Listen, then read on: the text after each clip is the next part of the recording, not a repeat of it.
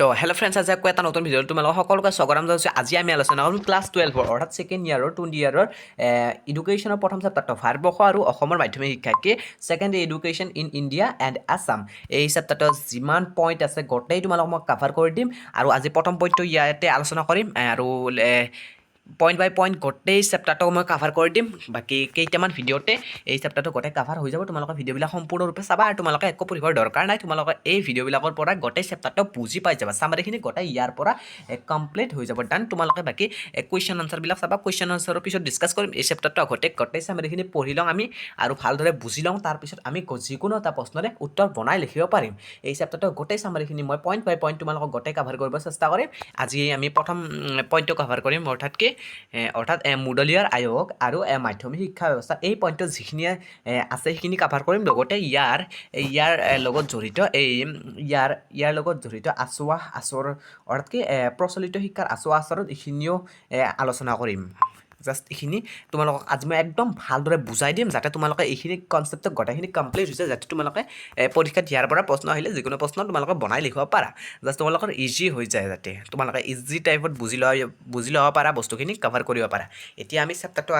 আৰম্ভ কৰোঁ তোমালোকক বুজোৱা এতিয়া। আৰু এই চেপ্টাৰটো আজি এইটো হৈছে লেকচাৰ 1। এতিয়া লেকচাৰ 2, লেকচাৰ 3, লেকচাৰ 4 এনেকুৱাকৈ আহি থাকিব তোমালোকৰ ভিডিঅ'। তোমালোকে এটা এটাকৈ চাই থাকিব আৰু গোটেই চেপ্টাৰটো এনেকৈ কমপ্লিট হৈ যাব। এতিয়া এইটো হৈছে প্ৰথম চেপ্টাৰ। ইয়াৰ পিছত আৰু নেক্সট চেপ্টাৰটো ষ্টাৰ্ট কৰি দিম। আৰু এই চেপ্টাৰটো প্ৰথমতে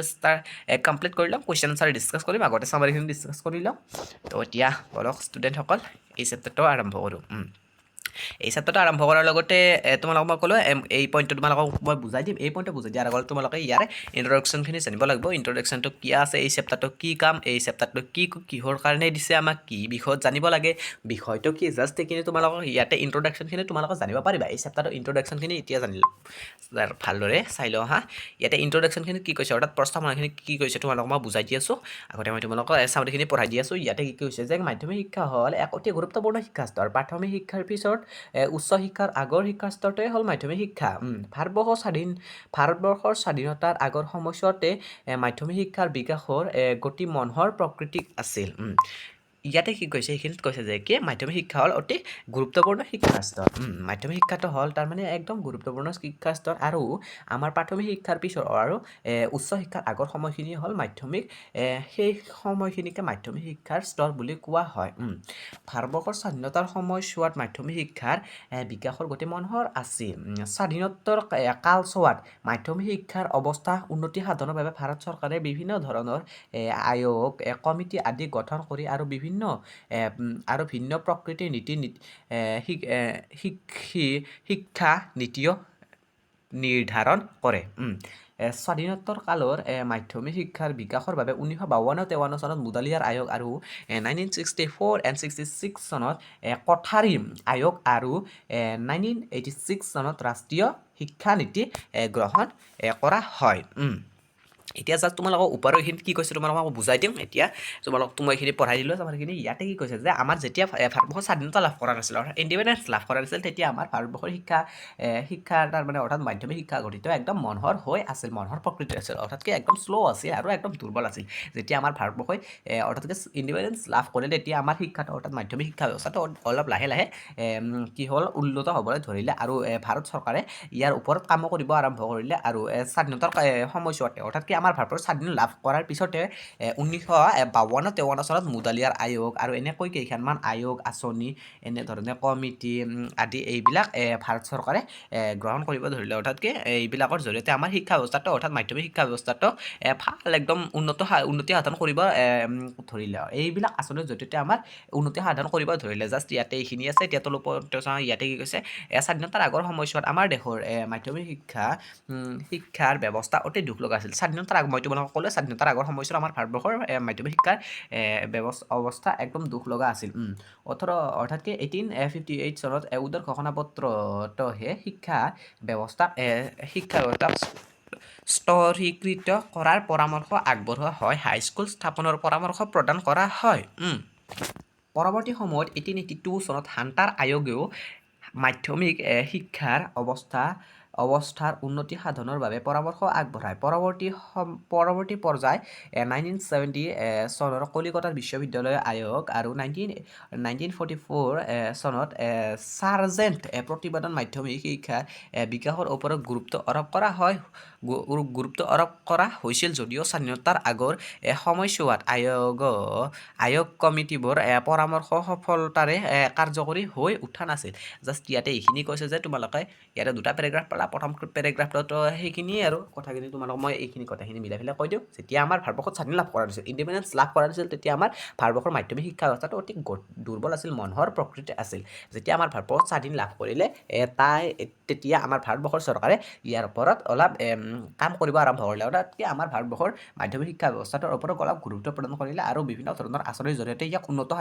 উন্নত সাধন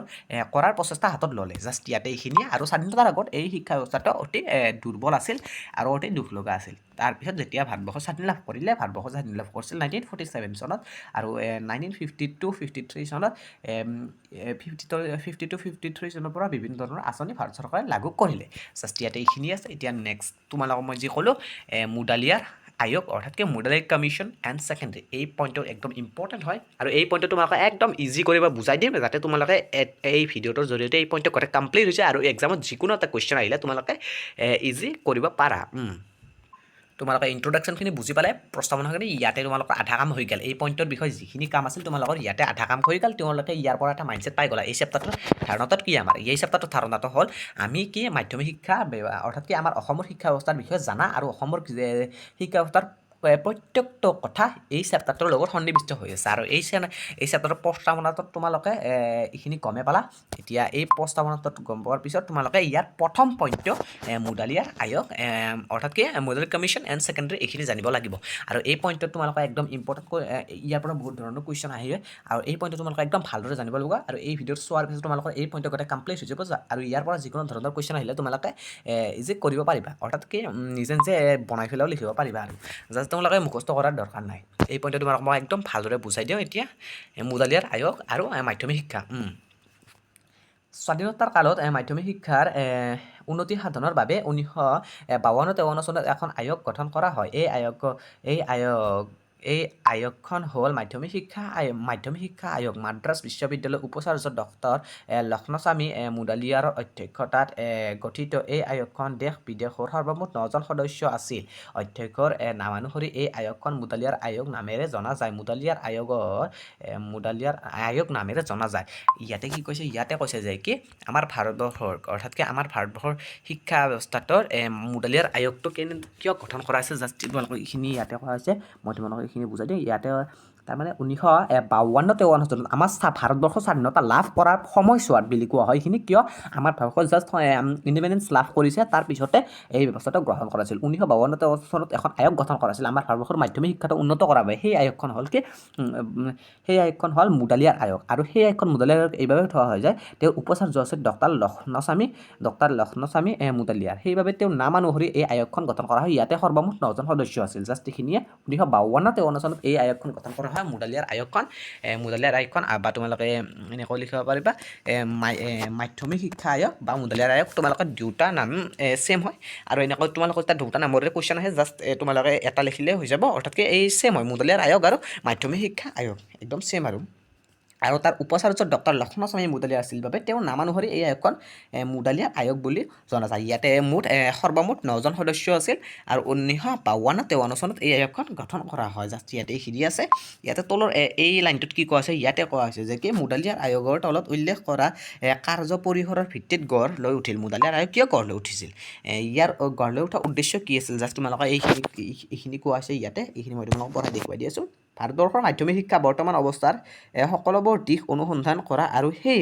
সম্বন্ধে প্ৰতিবেদন দাখিল কৰা। এই পইণ্টত কি কৈছে যে আমাৰ ভাৰতবৰ্ষৰ মাধ্যমিক শিক্ষাৰ যেনেকুৱা এতিয়া বৰ্তমান সময়ত আছে সেই স্তৰটো একদম ভালদৰে ভিজুৱেলাইজ কৰা অৰ্থাৎ কি সেই স্তৰটো ভালদৰে অনুসন্ধান কৰি পেলাই সেই স্তৰটোত কি ভুল আছে, কি শুদ্ধ আছে, কি তাৰ পৰা গুচাব লাগিব, কি এড কৰিব লাগিব। জাষ্ট সেইখিনি ইয়াতে কৰিবৰ বাবে অৰ্থাৎ কি এইখিনি আকৌ ভাৰতবৰ্ষৰ মাধ্যমিক শিক্ষা বৰ্তমান অৱস্থাৰ সকলো দিশ অনুসন্ধান কৰা। ভাৰতবৰ্ষৰ মাধ্যমিক শিক্ষাৰ বৰ্তমান অৱস্থাৰ সকলো দিশ অনুসন্ধান কৰা আৰু সেই সম্বন্ধে প্ৰতিবেদন দাখিল কৰা সেই সম্বন্ধে জাষ্ট আমাৰ ভাৰতবৰ্ষৰ মাধ্যমিক শিক্ষা ব্যৱস্থাটো এতিয়া যেনেকুৱাকৈ চলি আছে তাৰ ওপৰত এটা কি বোলে ডিটেইল অৰ্থাৎ কি তাৰ ওপৰত ৰিচাৰ্চ কৰা আৰু ৰিচাৰ্চ কৰি পেলাই কি তাৰ অনুসন্ধান কৰা সেই শিক্ষাটোৰ অনুসন্ধান কৰা 1 নম্বৰ লক্ষ্যটো হ'ল সেই শিক্ষাটোৰ অনুসন্ধান কৰা আৰু 2 নম্বৰ লক্ষ্যটো কি আছে ইয়াতে আছে যে কি মাধ্যমিক শিক্ষাৰ পুনৰ গঠনৰ উন্নতি সাধনৰ বাবে পৰামৰ্শ প্ৰদান 2 নম্বৰত আছে কি মাধ্যমিক শিক্ষাটো পুনৰ গঠন কৰা মাধ্যমিক শিক্ষাটো প্ৰথমতে যি আছিল আৰু ভুল আছিল শুদ্ধ আছিল এতিয়া নতুনকৈ আৰু পুনৰ গঠন কৰা আৰু বিশেষকৈ পইণ্ট 1 ইয়াতে কৈছে মাধ্যমিক শিক্ষাৰ লক্ষ্য সংগঠন আৰু অধ্যয়ন উপাদান সম্বন্ধে প্ৰাথমিক বুনিয়াদী আৰু উচ্চ শিক্ষাৰ লগত ইয়াৰ সম্বন্ধ সম্পৰ্কে বিভিন্ন প্ৰকাৰৰ মাধ্যমিক বিদ্যালয়ৰ মাজত থকা সম্বন্ধ সম্পৰ্কে আৰু অন্যান্য প্ৰাসংগিক সম্বন্ধ সম্পৰ্কে তোমালোকে এইখিনি মই ভালকৈ একবাৰ মই মোৰ ভাষাত বুজাই দিওঁ এই মই তোমালোকক বুজাই দিলোঁ প্ৰথমখিনি কিয় গঠন কৰা হৈছিল 1952-53 চনত গঠন কৰা হৈছিল ইয়াৰ 9জন সদস্য আছিল আৰু ডক্টৰ লক্ষ্মণস্বামী মুডালিয়াৰ বাবে তেওঁৰ নামত অধ্যক্ষৰ নামত এই আঁচনিখন মুডালিয়াৰ আয়োগ বুলিও জনা যায় আৰু মাধ্যমিক শিক্ষা আয়োগ বুলিও জনা যায় এইখিনি ইয়াতে আছিল এইখিনি আছিল আৰু তলত এই আয়োগখন কিয় গঠন কৰা হৈছিল এই আয়োগখন গঠন কৰাৰ উদ্দেশ্যখিনি ইয়াতে আছিল এই আয়োগখন গঠন কৰাৰ উদ্দেশ্য 1 নম্বৰ উদ্দেশ্য হ'ল যে আমাৰ বৰ্তমান সময়ৰ মাধ্যমিক শিক্ষাটো ইয়াৰ মাধ্যমিক শিক্ষাটোৰ বিষয়ে অধ্যয়ন কৰা আৰু মাধ্যমিক শিক্ষাটোৰ বিষয়ে কি অনুসন্ধান কৰা ইয়াতে ক'ত ভুল আছে ক'ত কি আছে তাৰ বিষয়ে এটা ৰিচাৰ্চ কৰা আৰু 2 নম্বৰটো হ'ল এই শিক্ষাটো বৰ্তমান সময়ত যিকোনো আছে আৰু এতিয়া নতুনকৈ আৰু পুনৰ গঠন কৰা একদম ভালদৰে তাৰ ভুলবিলাক গুচোৱা আৰু নতুনকৈ এতিয়া ভালদৰে মাধ্যমিক শিক্ষাটো ষ্টাৰ্ট কৰা জাষ্ট ইয়াতে এইখিনি আছে এতিয়া তলখিনি চাওঁ ইয়াতে কি কৈছে ইয়াতে কৈছে যে কি ইয়াৰ জৰিয়তে সমগ্ৰ দেশত আমাৰ প্ৰয়োজনীয় সম্পদৰ প্ৰতি গুৰুত্ব প্ৰদান কৰি একেধৰণৰ মাধ্যমিক শিক্ষা ব্যৱস্থা গঢ়ি তুলিবলৈ মুডালিয়াৰে প্ৰয়াস কৰিছিল আয়োগে প্ৰয়াস কৰিছিল আয়োগৰ সদস্যসকলে দেশৰ বিভিন্ন প্ৰান্তলৈ গৈ মাধ্যমিক শিক্ষাৰ পৰিস্থিতি অধ্যয়ন কৰি 1953 চনৰ জুন মাহত প্ৰতিবেদন চৰকাৰৰ ওচৰত দাখিল কৰে এই প্ৰতিবেদনৰ সৰ্বমুঠ 15টা অধ্যায় আছে ইয়াতে কি কৈছে ইয়াতে কৈছে যে কি মই তোমালোকক এককলীয়া প্ৰথম পইণ্টত এই অৰ্থাৎ কি আমাৰ মুডালিয়াৰ আয়োগ বা মাধ্যমিক শিক্ষা আয়োগ এইটো গঠন কৰাৰ উদ্দেশ্য আছিল এইখিনি আৰু উদ্দেশ্য 1 নম্বৰ উদ্দেশ্যটো আছিল যে ইয়াৰ বিষয়ে অনুসন্ধান কৰা ইয়াৰ বিষয়ে এটা ৰিচাৰ্চ কৰা আৰু সেই উদ্দেশ্য অনুসৰি ইয়াৰে যি 9জন সদস্য আছিল এই মুডালিয়াৰ আয়োগটোৰ সংস্থাটোৰ সৈতে যি 9জন সদস্য আছিল সেই 9জন সদস্যই সেই 1 নম্বৰ মই তোমালোকক সেই লক্ষ্যটোৰ 1 নম্বৰ লক্ষ্যটো অনুসৰি এইটো তোমালোকক মই দেখুৱাই দিলোঁ এই 1 নম্বৰটো লক্ষ্যটো অনুসৰি এই শিক্ষাটোৰ বিষয়ে অনুসন্ধান কৰিছিল বিভিন্ন প্ৰান্তত গৈ সেই শিক্ষাটোৰ বিষয়ে এটা ৰিচাৰ্চ কৰিছিল ক'ত কিমান ভুল আছে ক'ত কিমান কি আছে ক'ত কিমান শুদ্ধ আছে ক'ত কিমান কি আছে বিভিন্ন জনৰ লোকক সুধিছিল বিভিন্ন জনৰ ওচৰত গৈছিল বিভিন্ন প্ৰান্তত ভ্ৰমণ কৰিছিল সেই 9জন সদস্যই ভ্ৰমণ কৰি পেলাই তাৰে এখন এডি বনাইছিল আৰু জাষ্ট তাৰে এটা ৰিপৰ্ট বনাইছিল সেই ৰিপৰ্ট টাইপ বনাই পেলাই তাতে 15টা অধ্যায় এড কৰিছিল তাতে ভাল বেয়া শুদ্ধ অশুদ্ধ গোটেইখিনি এড কৰিছিল যেনে 1 নম্বৰৰ পৰা 1 নম্বৰ প্ৰস্তাৱনা বৰ্তমান পৰিস্থিতি মূল্যায়ন শিক্ষাৰ লক্ষ্য উদ্দেশ্য পুনৰ গঠন জাষ্ট এইখিনি আৰু এক্সেট্ৰা এইখিনি জাষ্ট ইয়াতে 15টা অধ্যায় বনাইছিল তেওঁলোকে গোটেই শিক্ষা অৰ্থাৎ কি মাধ্যমিক শিক্ষাৰ ব্যৱস্থাটো গোটেই অধ্যয়ন কৰে অৰ্থাৎ কি এটা হেৰি আৰু কি বুলি কওঁ তোমালোকক এতিয়া এটা ৰিচাৰ্চ কৰিছিল গোটেই বৰ্তমানৰ মাধ্যমিক শিক্ষাটোৰ বিষয়ে এটা তেওঁলোকে ৰিচাৰ্চ কৰি পেলাই ইয়াৰ বিষয়ে 15টা অধ্যায় উলিয়াইছিল জাষ্ট ইয়াতে এইখিনি আছে ইয়াৰ বিষয়ে 15টা অধ্যায় হৈছিল ভাল বেয়া গুণখিনি ইয়াতে লিখি দিছিল আৰু ইয়াৰ পৰা তোমালোকৰ এইখিনি মুডালিয়াৰ আয়োগটো তোমালোকে বুজি পালা ইয়াতে মই তোমালোকক এটা প্লাছ পইণ্ট কৰি দিওঁ যাতে তোমালোকে ভালদৰে মনত ৰাখিব পাৰা ইয়াতে গোটেইখিনি মনত ৰাখিব পাৰা তোমালোকে জাষ্ট এইখিনি কৰিব পাৰা যে ইয়াৰ মুডালিয়াৰ শিক্ষা ব্যৱস্থাটো বাকী একোৱেই নাই ইয়াতে কি কৰিছিল মুডালিয়াৰ শিক্ষা ব্যৱস্থাত 9জন সদস্য দল আছিল আৰু 9জন সদস্যৰ দল আছিল সদস্যৰ দলটোৱে কি কৰিছিল সদস্যৰ দলটোৱে আমাৰ ভাৰতবৰ্ষৰ বৰ্তমান সময়ৰ যেতিয়া হৈছিল আৰু তেতিয়াৰ সময়ৰ ভাৰতবৰ্ষৰ 1952-53 চনৰ মাধ্যমিক শিক্ষাটোৰ বিষয়ে এটা ৰিচাৰ্চ কৰিছিল সেই 9জনীয়া দলটোৱে এটা ৰিচাৰ্চ কৰিছিল আৰু তাৰ বিষয়ে এখন ৰিপৰ্ট বনাইছিল ৰিপৰ্ট বনাই পেলাই তেওঁলোকে চৰকাৰক তাতে 1953 চনৰ জুন মাহত প্ৰতিবেদন চৰকাৰৰ ওচৰত দাখিল কৰিছিল কাৰণ আমাৰ ভাৰতবৰ্ষৰ মাধ্যমিক শিক্ষাটো ক'ত কিমান ভুল আছে শুদ্ধ আছে ক'ত কিমান কি আছে আৰু তাৰ বিষয়ে 15টা অধ্যায় মানে সেই 9জনীয়া দলটোৱে বিভিন্ন প্ৰান্তত ভ্ৰমণ কৰি সোধ-পোছ কৰি এটা ৰিপৰ্ট বনাই চৰকাৰক 1953 চনৰ জুন মাহত প্ৰতিবেদন চৰকাৰৰ ওচৰত দাখিল কৰিছিল জাষ্ট এইখিনি আৰু এটা ৰিচাৰ্চ কৰিছিল আমাৰ মাধ্যমিক শিক্ষাটোৰ বিষয়ে এটা ৰিচাৰ্চ কৰি এটা ৰিপৰ্ট প্ৰস্তুত কৰি চৰকাৰক দাখিল কৰিছিল আৰু আমাৰ শিক্ষাটোৰ বিষয়ে কেনেকুৱা আছিল আৰু এইখিনি তোমালোকে ইয়াতে বুজি পালা আৰু তাৰে পিছৰ পইণ্টটো একদম ৰিলেটেড হয় এইবিলাক এই পিছৰ পইণ্টটো তোমালোকক মই আজি এইখিনি এতিয়া বুজাই দিওঁ পিছৰ পইণ্টটো আৰু তোমালোকক মই ক'লোৱে তাতে তেওঁলোকে বহুত ধৰণৰ ভুলো পাইছিল সেই শিক্ষাটোৰ বিষয়ে যে তোমালোকে ওপৰত পালাই ইয়াতে তেওঁলোকে ৰিচাৰ্চ কৰিছিল ৰিচাৰ্চ কৰাৰ ফলত তেওঁলোকে ইয়াতে বহুত ধৰণৰ ভুল পাইছিল এই শিক্ষাটোৰ বিষয়ে ডিফেক্টছ অৰ্থাৎ কি এই শিক্ষাটোৰ বিষয়ে কিছুমান আচহুৱা পাইছিলে প্ৰচলিত শিক্ষাৰ আচহুৱা আমাৰ মাধ্যমিক শিক্ষাটো প্ৰচলিত হৈ আছে যে তাতে কেইটামান কি আচহুৱা পাইছিল আচহুৱা জাষ্ট এইখিনি ইয়াতে আলোচনা কৰিম ইয়াতে আছে যে কি প্ৰচলিত শিক্ষাৰ আচহুৱা কি ডিফেক্টছ অফ এক্সিষ্টিং এডুকেশ্যন আমাৰ যে মাধ্যমিক শিক্ষাটো প্ৰচলিত হৈ আছিল তেতিয়া সময়ত তেওঁলোকে ৰিচাৰ্চ কৰাৰ সময়ত তেতিয়া তেওঁলোকে ইয়াতে বহুকেইটা ভুল পাইছিল অৰ্থাৎ কি ডিফেক্টছ পাইছিল আৰু সেই ডিফেক্টছকেইটা ইয়াতে আলোচনা কৰিম তোমালোকে বুজি পালাই ওপৰখিনি বঢ়িয়াকৈ ৰিচাৰ্চ কৰাৰ ফলত তেওঁলোকে কেইটামান ডিফেক্টছ পাইছিল ভুল পাইছিল তেওঁলোকৰ সেই ভুলকেইটা বঢ়িয়াকৈ ইয়াতে পাৰ্ট বাই পাৰ্ট দিছে তেতিয়াৰ সময়ত কি মাধ্যমিক শিক্ষাটো প্ৰচলিতৰ সময়ত কি ভুল আছিল আৰু কি ভুল তেওঁলোকে দেখিছিল সেই মাধ্যমিক শিক্ষাটোত ইয়াতে জাষ্ট এইখিনি লিখিছে প্ৰথম 1 নম্বৰতে আছে কি জীৱনৰ বিচ্ছিন্নতা এইখিনি তোমালোকক ক'লে প্ৰচলিত শিক্ষাৰ আচহুৱা ডিফেক্টছ অফ এক্সিষ্টিং এডুকেশ্যন তেওঁলোকে যি ভুলকেইটা পাইছিল ইয়াতে 1 নম্বৰটো আছে যে 1 নম্বৰতে আছে কি জীৱনৰ বিচ্ছিন্নতা কি আইচলেটেড ফ্ৰম লাইফ প্ৰচলিত শিক্ষাৰ ব্যৱস্থাৰ পাঠ্যক্ৰমৰ বিষয়ে সামাজিক জীৱনৰ লগত সম্বন্ধ নথকা বিৰোধ জাষ্ট তোমালোকে এইখিনি এনেকৈ বুজি ল'বা প্ৰথম 1 নম্বৰতে তেওঁলোকে ভুল পাইছিল যে তেওঁলোকে পাইছিল ইয়াতে তেওঁলোকৰ সময়ত মাধ্যমিক শিক্ষাটো প্ৰদান কৰি আছিল মাধ্যমিক শিক্ষাটো প্ৰদান কৰাৰ সময়ত মাধ্যমিক শিক্ষাটোত যিবিলাক বুক আছিল অৰ্থাৎ কিতাপ আছিল কিতাপবিলাকে যি পঢ়াই আছিল পাঠ্যক্ৰম আছিল যি সেই পাঠ্যক্ৰমবিলাকত আমাৰ ৰিয়েল লাইফৰ সৈতে কোনো ধৰণৰ সম্পৰ্ক নাছিল আৰু অৰ্থাৎ কি আমাৰ ৰিয়েল লাইফত যেনেকুৱা ধৰণৰ আৰু পৰিস্থিতি বা যেনেকুৱা ধৰণৰ হয় সেনেকৈ ৰিয়েল লাইফৰ লগত সম্বন্ধটো বেছি নাছিল আৰু সেই পাঠ্যক্ৰমবিলাকত যেই পাঠ্যক্ৰম তেওঁলোকক পঢ়াই আছিল মাধ্যমিক শিক্ষাত এই 1 নম্বৰটো ভুল আৰু 2 নম্বৰ ভুলটো কি আছে কি 2 নম্বৰ ভুলটো আছে যে ইয়াতে সংকীৰ্ণ আৰু একপক্ষীয় এইটো কি কৈছে ইয়াতে এইটো হৈছে যে কি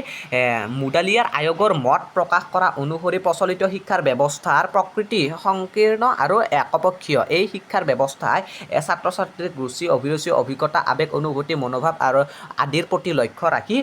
ব্যক্তিত্ব বিকাশৰ বাবে উপযুক্ত শিক্ষা দিব পৰা নাছিল ইয়াতে কি কৈছে যে ইয়াতে কি নাৰো এণ্ড ওৱান চাইডেড এই 2 নম্বৰ ভুলটো কি আছিল 2 নম্বৰ ভুলটো আছিল যে তেওঁলোকৰ এই মাধ্যমিক শিক্ষাটো প্ৰদান কৰাৰ 2 নম্বৰ ভুলটো আছিল ছাত্ৰ ছাত্ৰী যে ৱান্ট কৰিছিল ছাত্ৰ ছাত্ৰীয়ে যি বিচাৰিছিল যেনেকুৱা ধৰণৰ শিক্ষা অৰ্থাৎ কি ছাত্ৰ ছাত্ৰীৰ বিচৰা ধৰণৰ শিক্ষা দিব পৰা নাছিল তেওঁলোকেতো শিক্ষাটো দি গৈছিল শিক্ষাটো এনাই টিচাৰ হিচাপে তেওঁলোকে যিখিনি পঢ়াইছিল কিন্তু ছাত্ৰ ছাত্ৰীৰ প্ৰয়োজন অনুসৰি তেওঁলোকে সেই শিক্ষাটো ভালদৰে দিব পৰা নাছিল ইয়াতে জাষ্ট এইখিনিয়ে কৈছে কি ছাত্ৰ ছাত্ৰীৰ ৰুচি অভিৰুচি অভিজ্ঞতা আৱেগ অনুসৰি মনোভাৱ আদিৰ প্ৰতি লক্ষ্য ৰাখি ব্যক্তিগত বিকাশৰ বাবে উপযুক্ত শিক্ষা দিব পৰা নাছিল ছাত্ৰ ছাত্ৰীয়ে বিচাৰা অনুসৰি ছাত্ৰ ছাত্ৰীৰ প্ৰয়োজন অনুসৰি ছাত্ৰ ছাত্ৰীৰ অভিৰুচি অনুসৰি আৱেগ অনুভূতি অনুসৰি তেওঁলোকে তেওঁলোকৰ শিক্ষাটো ভালদৰে প্ৰদান কৰিব পৰা নাছিল ছাত্ৰ ছাত্ৰীয়ে যেনেকুৱা ধৰণৰ শিক্ষা পাব লাগে বা যেনেকুৱা ধৰণৰ শিক্ষা বিচাৰিছিল তেওঁলোকে সেনেকুৱা ধৰণৰ শিক্ষা পোৱা নাছিল আৰু যে তেওঁলোকে টিচাৰ হিচাপে বা সেই শিক্ষা ব্যৱস্থাটোত টিচাৰ হিচাপে তেওঁলোকে নিজৰ দায়িত্ব পালন কৰিছিল কিন্তু ছাত্ৰ ছাত্ৰী যেনেকুৱাকৈ বিচাৰিছিল বা যেনেকুৱাকৈ ছাত্ৰ ছাত্ৰীৰ প্ৰয়োজন হয় সেনেকুৱা ধৰণৰ ছাত্ৰ ছাত্ৰীয়ে সেই শিক্ষাটো লাভ কৰিব পৰা নাছিল আৰু 3 নম্বৰ ভুলটো কি আছে 3 নম্বৰ ভুলটোত আছে কি ইংৰাজী ভাষাৰ প্ৰাধান্য তাৰমানে কি ডমিনেশ্যন অফ ইংলিছ ইয়াতে ইংৰাজী ভাষাৰ প্ৰাধান্য একদম মেইন পইণ্ট হয় ইয়াতে কি হৈছে প্ৰচলিত শিক্ষা ব্যৱস্থাত ইংৰাজী ভাষাৰ ওপৰত অধিক প্ৰাধান্য দেখিবলৈ পোৱা যায় ইয়াৰ ফলত এই ভাষাৰ ক্ষেত্ৰত বিশেষকৈ যোগ্যতা নথকা শিক্ষাৰ্থীসকলৰ শিক্ষা ক্ষেত্ৰ সফলভাৱে লাভ কৰিব নোৱাৰা ইংৰাজীত বেয়া ছাত্ৰ ছাত্ৰীসকলে শিক্ষাৰ অকৃতকাৰ্য হৈছিল আৰু চৰকাৰী চাকৰিৰ পৰাও বঞ্চিত হৈছিল ইংৰাজী ভাষাৰ অধিক প্ৰাধান্য আঞ্চলিক ভাষাৰ গুৰুত্ব কমাই পেলাইছিল তোমালোকে এইখিনি বুজি পাইছাই নিশ্চয় তো প্ৰথম 3 নম্বৰ ভুলটো এইখিনিয়ে আছিল যে তাৰমানে এই শিক্ষা ব্যৱস্থাটোত ইংৰাজী ভাষাৰ প্ৰাধান্য অধিক দিয়া হৈছিল আৰু সেই ফলত ইংৰাজী ভাষাৰ দিশত দুৰ্বল থকা ছাত্ৰ ছাত্ৰীবিলাকে অৰ্থাৎ বেয়া ছাত্ৰ ছাত্ৰীবিলাকে যিবিলাকে ইংৰাজী আমাক একদম ভালকৈ প্ৰপাৰলি নাজানে তেওঁলোকে প্ৰপাৰলি মানে বেছিভাগ নজনা নজনাবিলাকে বেছিভাগ নজনাবিলাকে তেওঁলোকে এই শিক্ষাটো লাভ কৰিবলৈ অলপ কমকৈ পাইছিল আৰু এই শিক্ষাটো ভালদৰে লাভ কৰিব পৰা নাছিল আৰু এই শিক্ষা সেইটো হ'ল হেৰি আৰু তেওঁলোকে ভালদৰে এই ইংৰাজী ভাষাৰ প্ৰাধান্য দিয়াৰ ফলত ইংৰাজী নোৱাৰা ল'ৰা ছোৱালীবিলাকে এই শিক্ষাটো ভালদৰে উপভোগ কৰিব পৰা নাছিল আৰু 2 নম্বৰটো হয় এই শিক্ষাটো ভালদৰে উপভোগ কৰিব পৰা নাছিল আৰু ইয়াৰ জৰিয়তে যিবিলাক আমাৰ গাঁৱলীয়া ভাষা আছিল অৰ্থাৎ আঞ্চলিক ভাষাবোৰৰ গুৰুত্ব কমাই পৰিছিল আৰু এই শিক্ষাটোৰ জৰিয়তে ইংৰাজী ভাষা নোৱাৰা ছাত্ৰ ছাত্ৰীসকলেতো ইয়াৰ সেই শিক্ষাটো উপভোগ কৰিব পৰা নাছিলে আৰু তাৰ জৰিয়তে গাঁৱলীয়া যিবিলাক ভাষা আছিল তাৰ গুৰুত্বটো কমাই দিছিল এই ইংৰাজী ভাষাৰ প্ৰাধান্যটো এই শিক্ষাৰ ব্যৱস্থাটোত গাঁৱলীয়া অঞ্চলৰ ভাষাবোৰৰ গুৰুত্ব কমাই দিছিল আৰু 4 নম্বৰ ভুলটো কি আছিল 4 নম্বৰ ভুলটো হৈছে কি ত্ৰুটিপূৰ্ণ শিক্ষাদানৰ পদ্ধতি কি ডিফেক্টিভ মেথডছ অফ টিচিং ত্ৰুটিপূৰ্ণ শিক্ষাদানৰ পদ্ধতি কি আয়োগৰ মত অনুসৰি প্ৰচলিত শিক্ষা ব্যৱস্থাৰ শিক্ষাদান পদ্ধতিৰ ক্ষেত্ৰত থকা আসোঁৱাহবোৰৰ বাবে ছাত্ৰ ছাত্ৰীসকলৰ স্বাধীনভাৱে চিন্তা কৰা আৰু কাৰ্য কৰাৰ পৰা বঞ্চিত হৈছিল সহযোগিতামূলক সাফল্যৰ আনন্দৰ বিপৰীতে শিক্ষাৰ্থীসকলে কেৱল প্ৰতিযোগিতামূলক সাফল্যত গুৰুত্ব আৰোপ কৰিছিল এই শিক্ষা পদ্ধতিয়ে যান্ত্ৰিক স্মৃতিৰ ওপৰত অধিক গুৰুত্ব আৰোপ কৰিছিল এইখিনি পইণ্ট তোমালোকে নিশ্চয় বুজি পাইছা ইয়াতে এইখিনিয়ে কৈছে যে ছাত্ৰ ছাত্ৰীসকলক যে শিক্ষা দিয়া হৈছিল ছাত্ৰ ছাত্ৰীসকলে যে শিক্ষা লাভ কৰা হৈছিল সেই শিক্ষাটোৰ তাৰ পৰা বুজি পোৱাৰ নহয় আৰু সেইটো প্ৰতিযোগিতাৰ বাবে দিয়াৰ দৰে সেনেকুৱা ধৰণৰ হৈছিল তাৰমানে আয়োগৰ অনুসৰি পদ্ধতিৰ ক্ষেত্ৰত আসোঁৱাহ ছাত্ৰ ছাত্ৰীসকলৰ স্বাধীনভাৱে চিন্তা কৰা আৰু কাৰ্যৰ পৰা বঞ্চিত হৈছিল ছাত্ৰ ছাত্ৰীসকলে নিজৰ স্বাধীনভাৱে চিন্তা কৰা আৰু কাৰ্যৰ পৰা বঞ্চিত হৈছিল সহযোগিতামূলক কল্যাণৰ আনন্দৰ বিপৰীতে কেৱল প্ৰতিযোগিতামূলক সাফল্যতে গুৰুত্ব আৰোপ কৰাছিল এই শিক্ষা পদ্ধতিয়ে যান্ত্ৰিক স্মৃতিৰ ওপৰত অধিক গুৰুত্ব আৰোপ কৰিছিল জাষ্ট ইয়াতে এইখিনি কৈছে যে তেওঁলোকে যেনেকুৱা ধৰণে আনন্দতে শিক্ষাটো উপভোগ কৰিব লাগে বুজি পাব লাগে কনচেপ্ট মাখান আৰু তেওঁলোকে জ্ঞান লাভ কৰিব লাগে তাৰ বাহিৰে ইয়াতে প্ৰতিযোগিতামূলকভাৱে এই শিক্ষাটো প্ৰদান কৰা হৈছিল তাৰমানে কোনে বেছি নম্বৰ বা কোনে বেছি হেৰি কৰিব পাৰে আৰু জাষ্ট বস্তুখিনি মানে বুজি পোৱা নাই আৰু এনাই বস্তুখিনি কোনে বেছি লাভ কৰিব পাৰে আৰু সেই আৰু জাষ্ট প্ৰতিযোগিতামূলকভাৱে এই শিক্ষাটো প্ৰদান কৰা হৈছিল এতিয়া এই পইণ্টটো আমাৰ বৰ্তমান সময়তো এনেকুৱাই হৈ আছে ইয়াতে জাষ্ট এইখিনিয়ে কৈছে যে তাৰমানে বস্তুখিনি কেৱল প্ৰতিযোগিতাৰ বাবে বস্তুখিনি বুজি পোৱাৰ লগত কথা নাই কোনে বেছি নম্বৰ লাভ কৰিব পাৰে জাষ্ট প্ৰতিযোগিতাৰ বাবে অৰ্থাৎ কি কম্পিটিশ্যন এতিয়া বৰ্তমানৰ শিক্ষা ব্যৱস্থাটো জাষ্ট এনেকুৱাই হৈছে ছেম হৈ আছে আৰু এতিয়া আমাৰ দিনত যেতিয়া আমাৰ দিনতো এনেকুৱা ধৰণৰ হৈছে তাৰমানে বস্তুখিনি কনচেপ্টটো জনাৰ ওপৰত অৰ্থাৎ কি জ্ঞান লাভৰ ওপৰত বুজি পোৱাত চাই কেৱল প্ৰতিযোগিতা আৰু কোনে কাক চাই বেছি নম্বৰ আনিব পাৰে জাষ্ট এনেকুৱা আৰু তোমালোকে নিশ্চয় এই পইণ্টটো বুজি পালা ত্ৰুটিপূৰ্ণ শিক্ষা প্ৰদানৰ পদ্ধতি আৰু তিতানৰ আগৰ সময়তো 1952-53 চনৰ সময়তে এই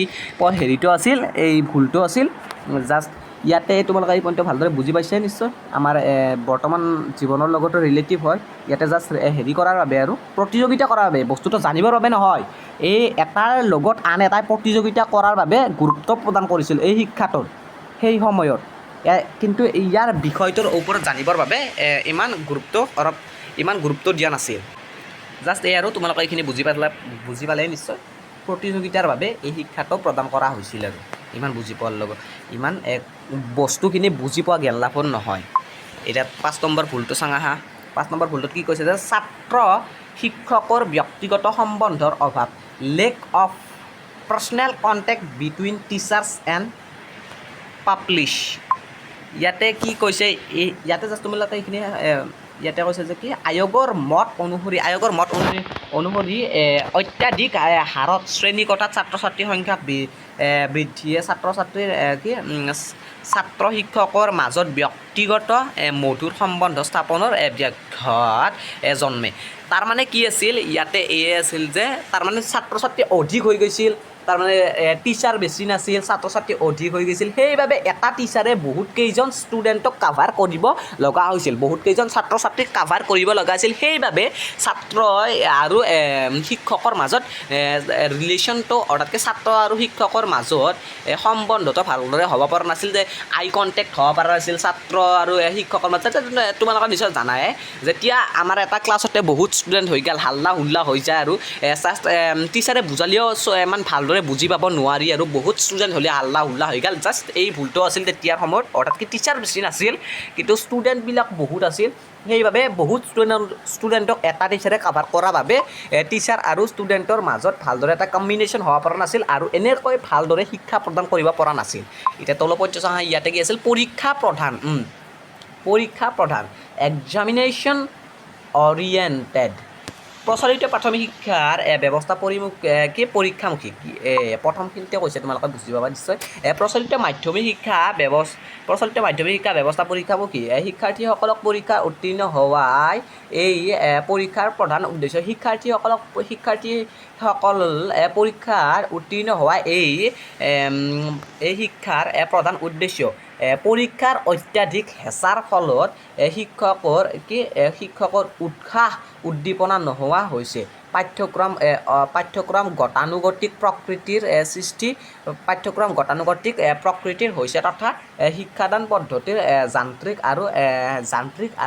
নিৰ্জীয় হৈছে পাঠ্যক্ৰমিক বিষয়বোৰৰ শিক্ষাৰ্থীসকলে মুক্ত চিন্তা নিজস্ব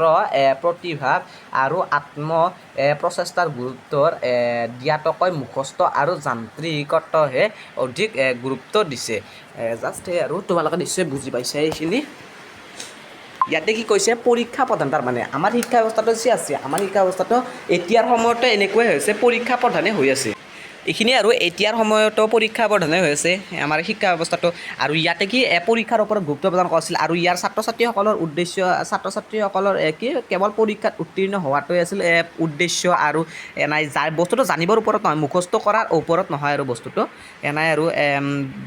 অৰ্থাৎ কি বস্তুটো বুজি পোৱাৰ ওপৰত নহয় মুখস্থ কৰাৰ ওপৰতহে গুৰুত্ব দিছিল মুখস্থ কৰাৰ ওপৰত আৰু পৰীক্ষাটো পাছ কৰাৰ ওপৰত গুৰুত্ব দিছিল বস্তু এটাৰ ওপৰত যে জ্ঞান এটা লাভ কৰিব লাগিব যে সেই জ্ঞানটো আমি পাব লাগিব ভালদৰে কিন্তু সেইটো নহয় ইয়াতে কেৱল পৰীক্ষাত পাছ কৰা বা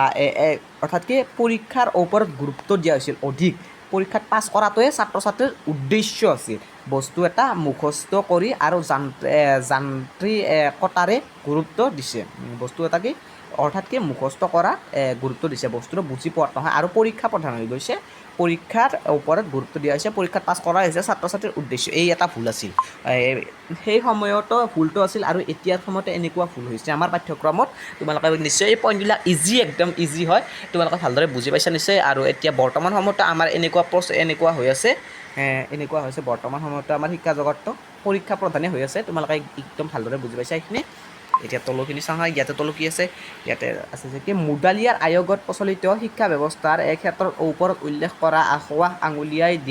দিছিল এই আঁসোৱাহসমূহ দূৰ কৰি দেশীয় শিক্ষা ব্যৱস্থাক এক নতুন দিশ প্ৰদান কৰিবৰ বাবে মুডালিয়াৰ আয়োগে বিভিন্ন ধৰণৰ ধনাত্মক পৰামৰ্শ কৰিছিল জাষ্ট ইয়াতে তোমালোকে এই 6টা ভুলকেইটা তোমালোকে বুজি পালা আৰু প্ৰথমতে মুডালিয়াৰ আয়োগটো তোমালোকে বুজি পালা তাৰপিছত এই ভুলকেইটা তোমালোকক মই দেখুৱাই দিলোঁ ডিফেক্টছ কেইটা তোমালোকে নিশ্চয় বুজি পালা ভুলকেইটা এতিয়া আজিৰ ভিডিঅ'টো তোমালোকক এইখিনিতে সমাপ্ত কৰিছোঁ এতিয়া নেক্সট ভিডিঅ'ত আমি এই পইণ্টটো কাভাৰ কৰিম মাধ্যমিক শিক্ষাৰ লক্ষ্যসমূহ আজি তোমালোকে 2টা পইণ্ট পাই গ'লা 2টা পইণ্ট মুডালিয়াৰ শিক্ষাৰ ব্যৱস্থাটো আৰু ইয়াৰ মুডালিয়াৰ শিক্ষাৰ ব্যৱস্থাটো আৰু ইয়াৰ ডিফেক্টছখিনি তোমালোকে পাই গ'লা আজিৰ ভিডিঅ'টো এইখিনিতে সমাপ্ত কৰিছোঁ এতিয়া নেক্সট ভিডিঅ'ত লগ পাম থেংক ইউ